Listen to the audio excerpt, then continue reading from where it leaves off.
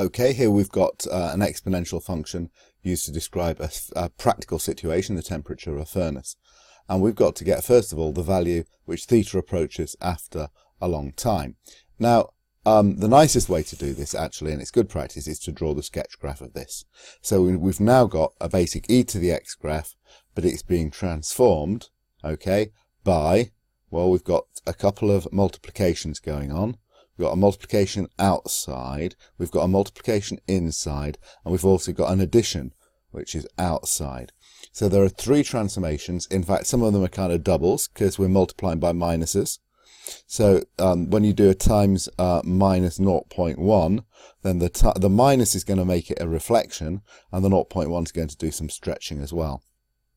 So it's worth actually taking the time to draw the sketch graph of this so you can visualize what's happening, and you will actually see that there is, it kind of makes sense that this furnace is going to get hotter and hotter and hotter, but it tells you there's a value that theta approaches after a long time. So if we've got the graph getting hotter and hotter and hotter, okay, then the value that it's approaching, if I do this right, will be the asymptote. Okay, there'll be, if we've got theta up the side, the temperature, there'll be some kind of maximum temperature which it's getting closer and closer to. Okay, and so the graph will tell you what that value is. Now, the other thing you can do, of course, is put a large value of t in there, and your calculator will tell you a value that you can spot is close to the maximum temperature. Or you can simply think about what happens to this as t becomes large. But it's really good practice to sketch the graph, so I'd encourage you to do that. Okay.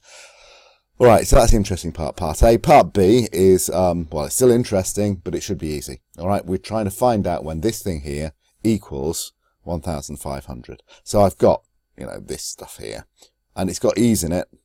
So what you're trying to do, minus 0.1 t, okay, you're trying to find out this t value here that makes the thing equal 1,500. So you're going to do various stages of rearrangement. After a few lines of your rearrangement, you're going to have e, it's still going to have a minus 0.1 t inside it, equals some stuff over here. That's probably going to be a number. It might be a fraction.